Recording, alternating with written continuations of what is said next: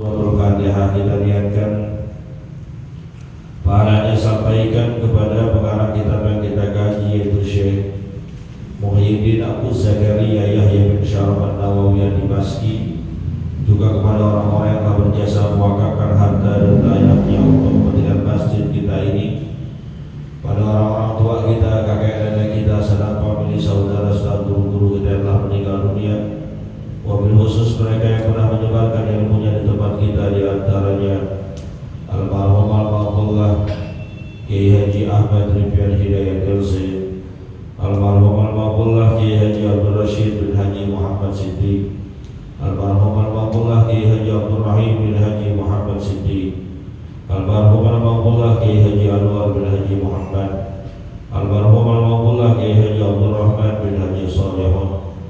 Semoga Allah Subhanahu wa Ta'ala ampuni segala dosa dan kesalahannya, Allah terima amal ibadahnya, Allah jadikan kuburnya Raudhah min riyadil jannah. Biniyatul qabul wa bijahir Rasul. Al-Fatihah.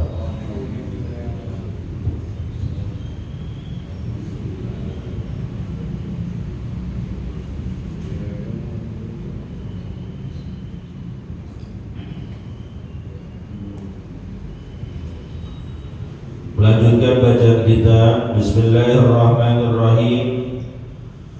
Babul khawfi. Qala Allah Ta'ala wa iyaya farhabun. Wa qala Ta'ala inna batsha rabbika lasyadid. Wa qala Ta'ala wa kadzalika akhdhu rabbika idza akhadha al-qura wa hiya zalimatun inna akhdahu alimun syadid.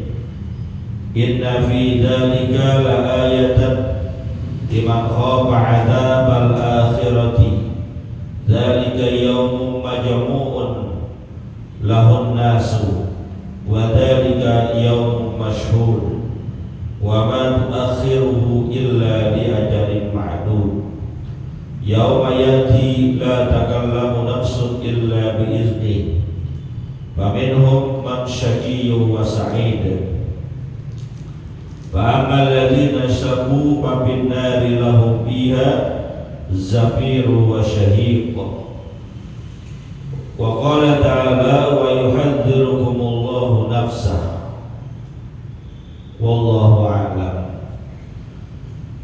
Melanjutkan pembahasan kitab Riyadhus Shalihin pada bab tentang al-khauf, yaitu bab tentang rasa takut kita kepada Allah. Setelah bab ini ketemunya tadi dengan bab ar-raja, harapan.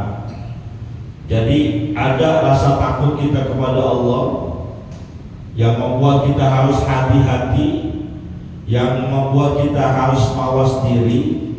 Selepas itu ada bab yang mengajarkan kepada kita tentang harapan-harapan. Jadi hidup itu jangan takut doang bawaannya, harus ada bawaannya, harus ada rasa harapan-harapan. Kalau takut doang akhirnya nggak bisa ngapa-ngapain. Begitu juga dalam proses mendidik, ada yang namanya punishment, ada yang namanya reward. Punishment itu ancaman, hukuman bagi setiap pelanggaran yang dilakukan. Tapi hidup itu jangan melulu diisi dengan ancaman. Mendidik itu jangan melulu ditakut-takutin. Termasuk bocah-bocah kita, anak-anak kita, cucu-cucu kita, kalau kita didik jangan ditakutin mulu. Ayo makan, kalau nggak makan cacian dah. Makan, kalau nggak makan ditangkap polisi dah. Akhirnya ketemu polisi takut nih. Kan begitu tuh. Boleh ada ancaman, tapi tanamkan juga penghargaan yang namanya reward, hadiah. Kalau dia melanggar kita ancam, tapi kalau dia berprestasi harus kita angkat, harus kita kasih hadiah, harus kita kasih harapan. Maka di sini pengarang kitab ini Al-Imam Nawawi rahimahullah ta'ala menunjukkan kecerdasannya bahwa Diberikan rasa takut dulu kita kepada Allah, sebenar-benarnya takut dengan berbagai macam ancaman, warning dan lain sebagainya. Selepas itu ada bab tentang harapan kita kepada Allah. Jadi enggak berada di bawah tekanan, under pressure. Qala Allah Ta'ala, firman Allah Subhanahu wa Ta'ala dalam surat Al-Baqarah, A'udzubillahi minasyaitonir rajim, wa iyaya farhabun, kata Allah. Dan janganlah hanya kepadakulah kalian semua harus merasa takut. Kenapa kita harus takut sama Allah? Ya jelas, Allah Tuhan, kita hamba. Allah memiliki segala-galanya. Allah Maha berkehendak. Allah Maha berkuasa.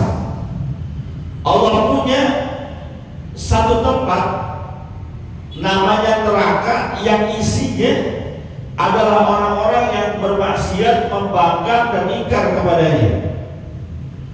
Allah punya di dalam neraka itu malaikat penunggu yang sangat bengis, sangat seram mukanya.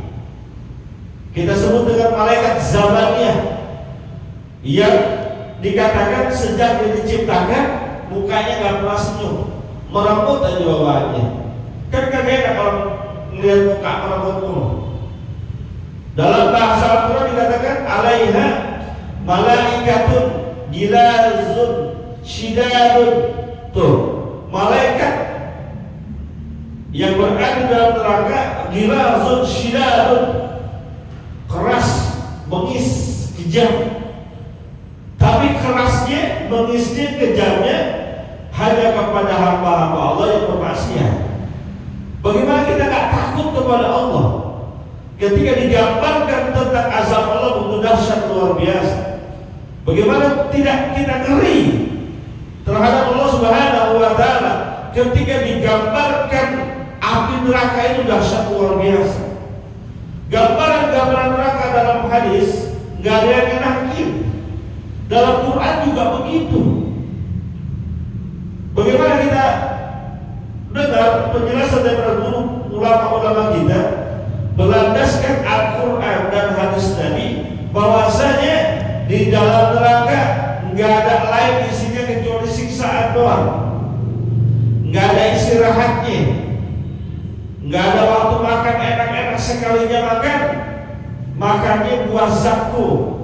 Sekalinya minum, minumnya cairan-cairan tembaga yang panas, nanah, darah dan lain sebagainya. Bau anyir dan busuk, panasnya beratus-ratus kali lipat daripada panasnya api dunia yang paling panas. Maka dalam ayat yang lain Allah Subhanahu wa Ta'ala berfirman dalam surat Al-Buruj, inna batsya rabbika lasyadid. Bagaimana kita gak takut kepada Allah Subhanahu wa Ta'ala? Kenapa?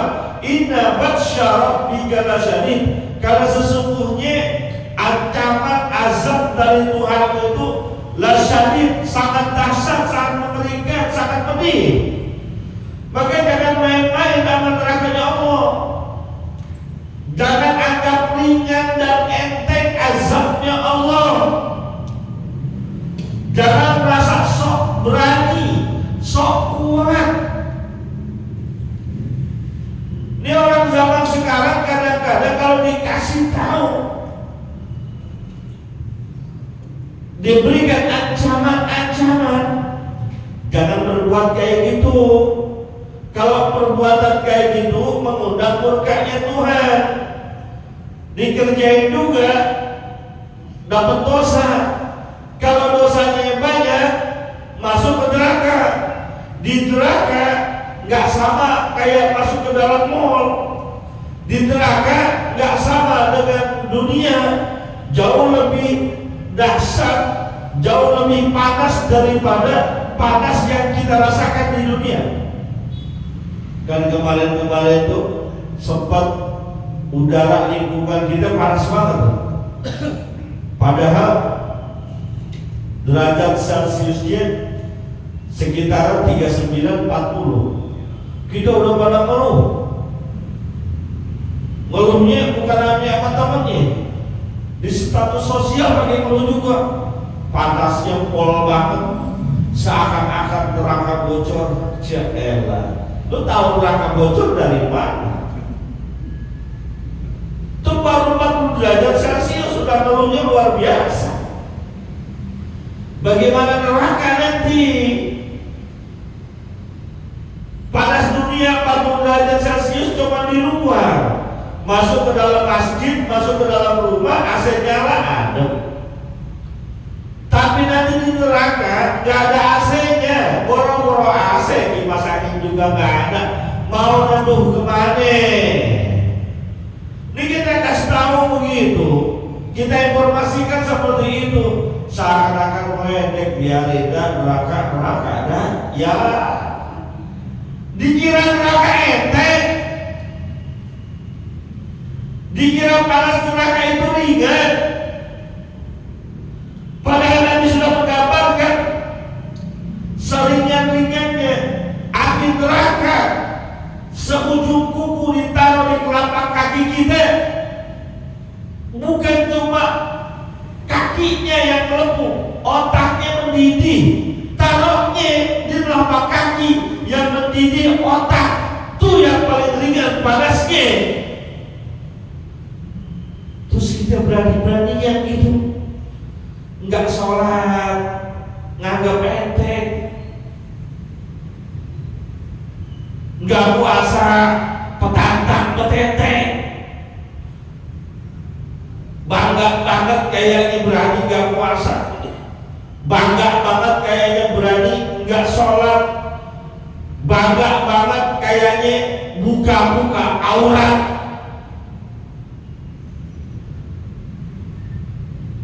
Padahal di setiap kemaksiatan yang dilakukan ada ancaman Allah.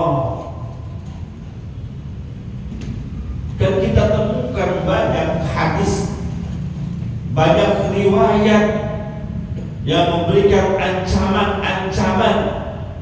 Baik dalam Al-Quran juga ada ancaman-ancaman yang Allah berikan kepada mereka yang mengingkari perintah Tuhan. Tapi begitu beraninya kita menganggap enteng, seakan-akan kita gak percaya kalau ntar ada namanya hari kiamat, seakan-akan kita gak percaya kalau nanti ada yang namanya hisab, seakan-akan kita gak percaya kalau kelak ada yang namanya mizan, ada juga yang namanya sirat. Seakan-akan kita gak percaya kalau di ujungnya nanti ada surga dan neraka. Makanya saya sebel gendeng banget kalau nontonin ada artis yang ngomong sembarangan, biarin kita masuk neraka, nanti di neraka kita kumpul-kumpul bikin konser. Ya Allah, istihza itu namanya, mengolok-olok ajaran agama. Boleh konser, pagi dibakar, siang ditapus, nggak ada berhentinya itu asap. Enteng banget ngomongnya. Yang begitu jangan ditonton, jangan dilihat, jangan di like juga. Ini kagak, lu tonton terus, mentang-mentang cakep, mentang-mentang foto, mentang-mentang bahenol, lu tonton terus, jangan tinggalin yang kayak gitu. Inna batsya rabbika lasyadid. Ancaman azab Tuhanmu sangat pedih, jangan main-main. Wa qala ta'ala, firman Allah Subhanahu wa ta'ala yang lain dalam surat Hud, cukup panjang ini ayatnya. Allah Subhanahu wa ta'ala firmankan, wa kadzalika akhdhu rabbika idza akhadha al-qura wa hiya zalimatun inna akhdahu alimun syadid. Begitulah azab dari Tuhan kalian ketika mengazab suatu kaum. Sebabnya apa? Wahia zalimatun, tu kaum berbuat zalim. Allah nggak bakal nyiksa seseorang, nggak akan memberikan azab kepada suatu kaum kalau tuh kaum kagak zalim. Sebab kezalimannya menjadikan azab Allah turun, Allah murka. Karena tidak ada dalam sifat Allah itu menganiaya, menzalimi gani. Sifat Allah adalah al-adl dan adil. Allah itu maha adil. Saking adilnya Allah, wa may ya'mal mithqala dzarratin khairan yara wa may ya'mal mithqala dzarratin syarran yara. Berbuat kebaikan sekecil apapun, orang lain gak tahu, orang lain gak lihat, orang lain gak terasa, tapi dinilai kebaikan oleh Allah, maka kau akan lihat balasannya. Begitu pula sebaliknya, saking adilnya Allah, engkau berbuat kejahatan, engkau berbuat kezaliman, berbuat kemaksiatan, sekecil apapun kezaliman yang kau lakukan, sekecil apapun kemaksiatan yang kau kerjakan, orang lain gak terasa, orang lain gak tahu, tapi dalam catatan Allah ada tertera, tetap kamu akan lihat balasannya kayak apa. Itu adilnya Allah. Maka Allah ketika mengazab satu kaum, baik di dunia maupun di akhirat, kan ada ya kaum yang sudah diazab duluan oleh Allah Subhanahu wa taala. Kaum umat terdahulu itu banyak yang diazab oleh Allah karena membangkangnya. Banyak kaum-kaum yang diberikan teguran langsung oleh Allah karena jahatnya mereka. Ada yang diberikan hujan batu, ada yang ditenggelamkan oleh Allah. Bermacam-macam azab Allah berikan. Kenapa? Karena mereka membangkang kepada Allah Subhanahu wa taala. Ada yang nanya, Ustaz, iya, kaum terdahulu banyak yang kurang ajar sama nabinya, membangkang sama nabinya, kenapa langsung diazab? Sementara umat Nabi Muhammad, umat zaman sekarang, umat akhir zaman, bukan saja membangkang, bahkan mengolok-olok juga Nabi kita, kenapa gak diazab? Umat dulu ada yang dihujani batu, gempa bumi, banjir bandang, dahsyat luar biasa. Semua mereka langsung ditegur oleh Allah, ditenggelamkan di laut. Tapi kenapa umat akhir zaman udah? Jawabannya dalam Al-Quran dikatakan, wa ma kana Allahu liyu'adzibahum wa anta bihim wa ma kana Allahu mu'adzibahum wa hum yastaghfirun. Kenapa umat akhir zaman yang brengsek-brengsek juga kan sama. Dulu banyak yang brengsek, umat sekarang banyak yang brengsek.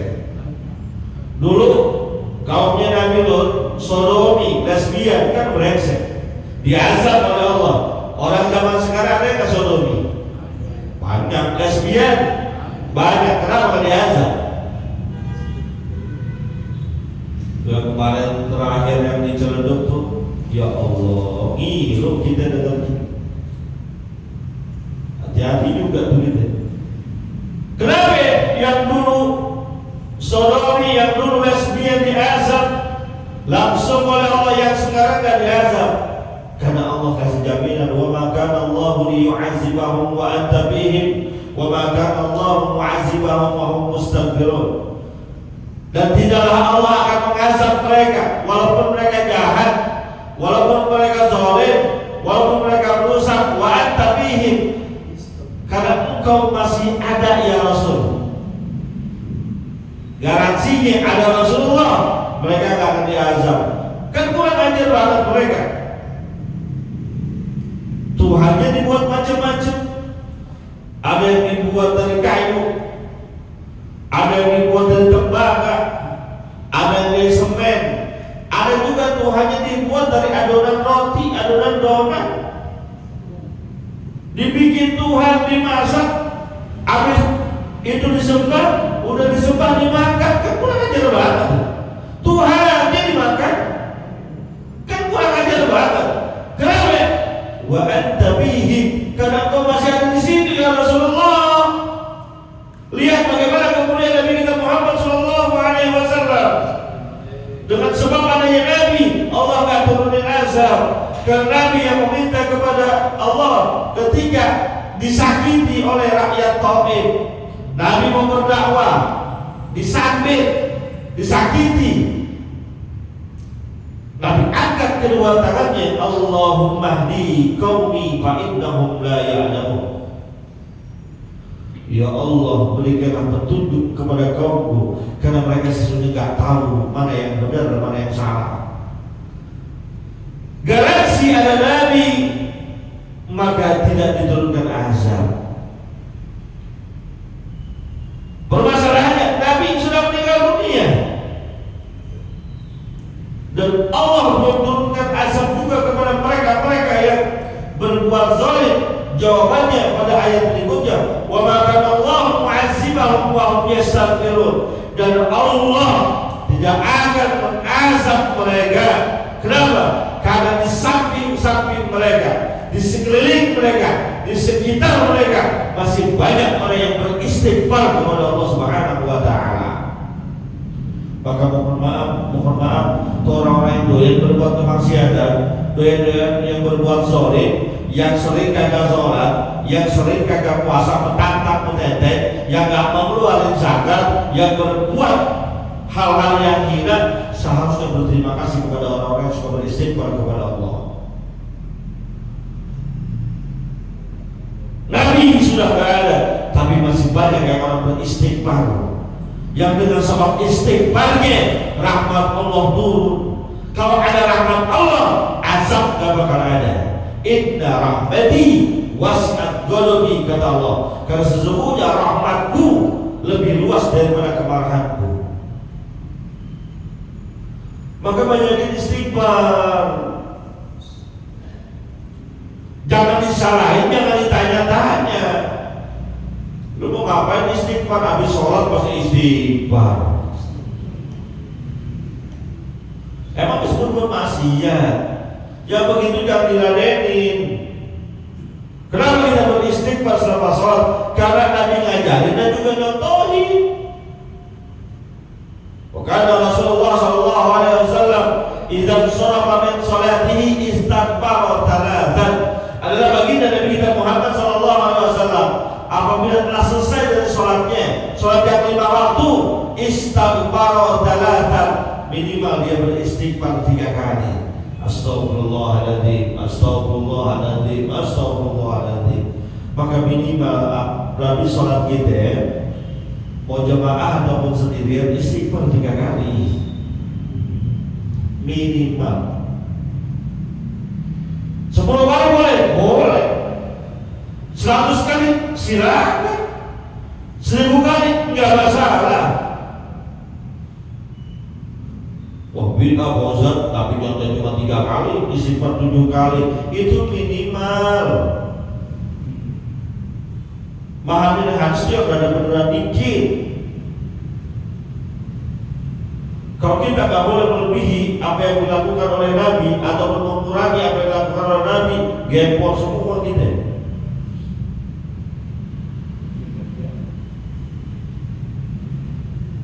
Nabi kasih minimal 3 kali, mau 10 kali silakan. Bahkan riwayat yang lain Nabi mengatakan, sesungguhnya aku beristighfar kepada Allah setiap harinya gak kurang dari 70 kali. Riwayat yang lain mengatakan, sesungguhnya aku beristighfar kepada Allah setiap hari gak kurang dari 100 kali. Nabi yang tidak ada dosanya, Nabi yang maksum, Nabi yang insya Allah surga berada di tangannya, beristighfar 70 sampai 100 kali. Nah umatnya dosanya banyak, belepok, bukan kata banyak, belepok. karena nempel sama dosa. Surga belum tentu, maksum juga kagak, males sama istighfar kebangetan.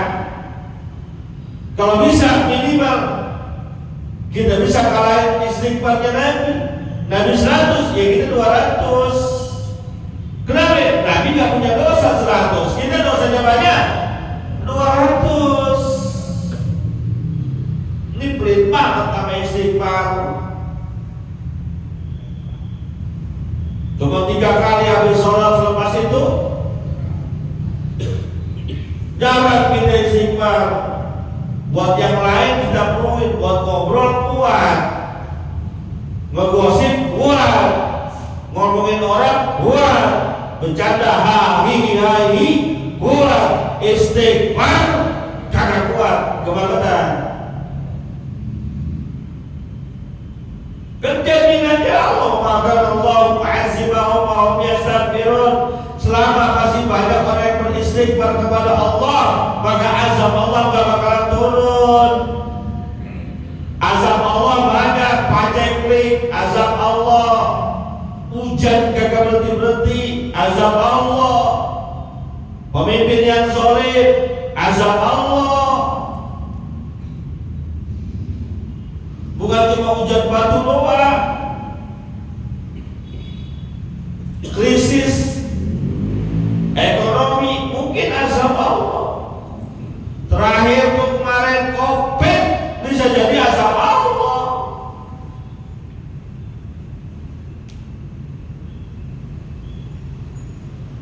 Banyakin istighfar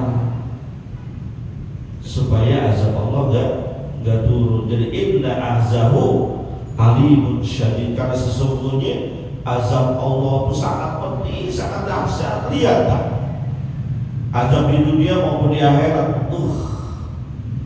Sejarah nabi-nabi dahulu kita baca dalam kitab Qasasul Anbiya, bagaimana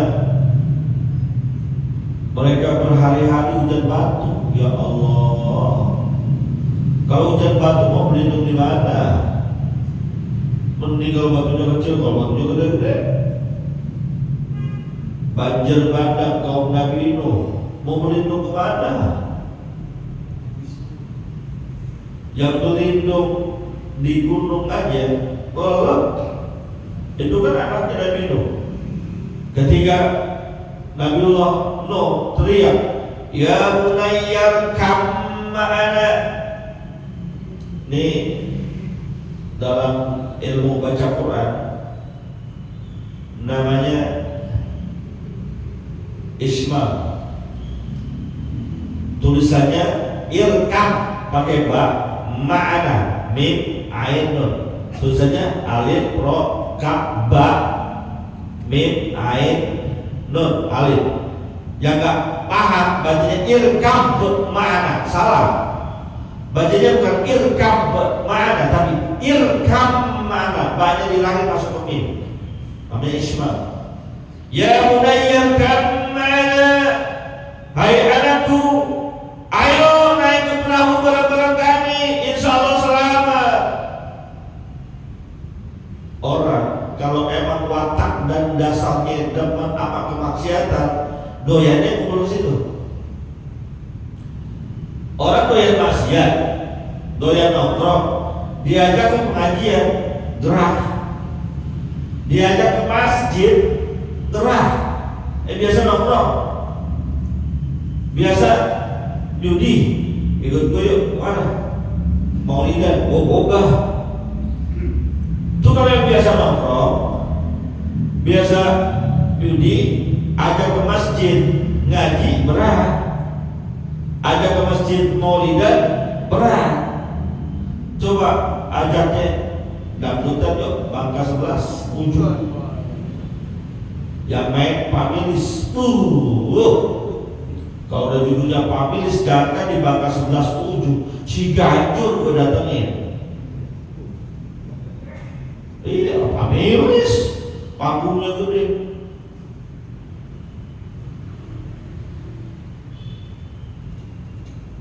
Artisnya Palapa. Palanya kok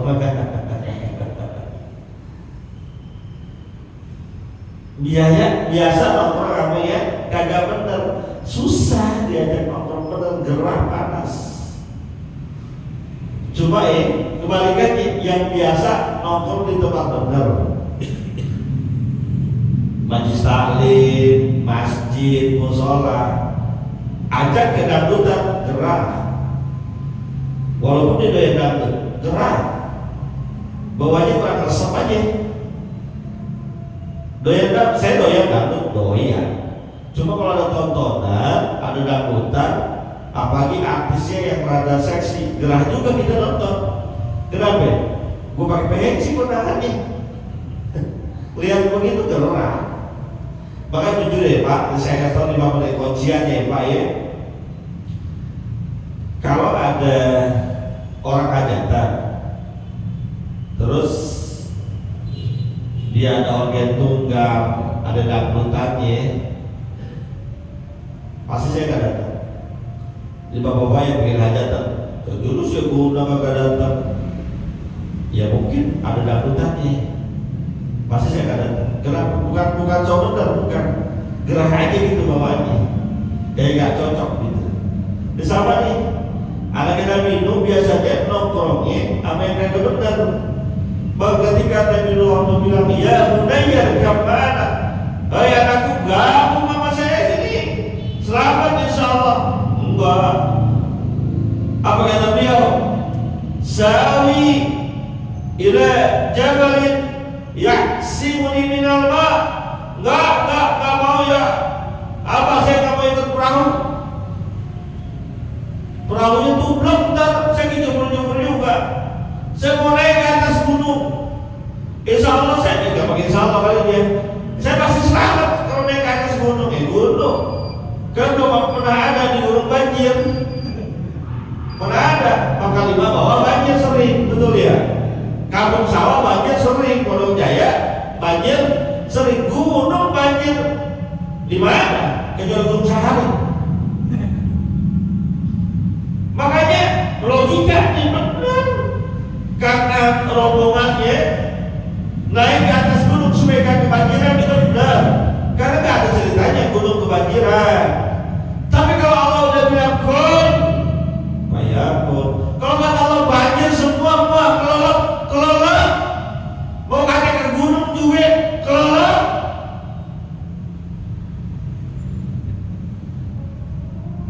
Mau nyelamatin diri kemana? Kan dasar tuh. Banjir sampai gunung-gunungnya kelola itu kan banjir yang sangat luar biasa. Kalau gunung aja udah kebanjiran, lu mau ngungsi kemana? Masjid juga kelola, dasar banjirnya. Alimun syadid, azab Allah itu pedih, dahsyat, mengerikan, gak bisa dicerna oleh otak kita. Maka gak ada pilihan dengan berbagai macam ancaman-ancaman Allah ini kecuali rasa takut kepada Allah. Seandainya pun kita masih berbuat maksiat, seandainya pun kita masih suka berbuat maksiat, tetap tanamkan rasa takut kepada Allah. Sadari betul bahwa yang kita lakukan salah. Sadari betul yang dengan semua kesalahan itu Allah bakalan murka. Murka Allah kepada kita sangat memberatkan hidup kita, baik di dunia apalagi di akhirat. Tetap harus ada rasa takutnya. Jangan bangun tidur kesiangan kagak salat subuh, ketawa-ketawa, metantan-metetek, cengengesan. Di mana rasa takutnya kepada Allah? Gak puasa, metantan-metetek, letek rokok di tengah jalan, pinggir jalan, bulannya begitu. Di mana rasa takutnya kepada Allah? Kalau memang belum bisa benar, gak bisa lembab, masih berbuat kemaksiatan, itulah manusiawi, tapi tetap tanamkan rasa takut kita kepada Allah Subhanahu wa Ta'ala. Al-Fatihah.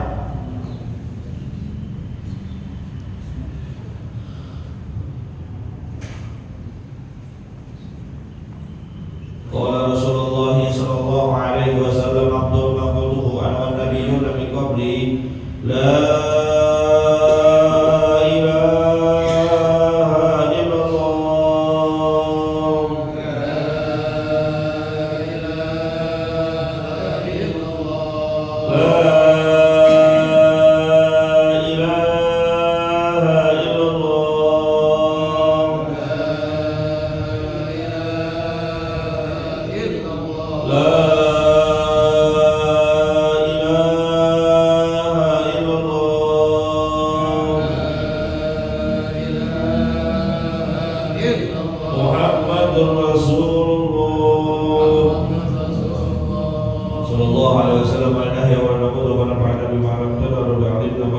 يرحمونا اللهم اغفر لنا ولوالدينا وارحمنا وارحمهم كما ربونا صغارا وهب لنا يا وهاب علما وحكمة ورزقا يا رزاق كل مسهلا وبالخير يا فتاح فتاح بالهدى وبالعلم يا عليم كل مبدلا وصلى الله على سيدنا محمد وعلى آله وصحبه وسلم والحمد لله رب العالمين. Terima kasih, mohon maaf. Assalamualaikum warahmatullahi wabarakatuh.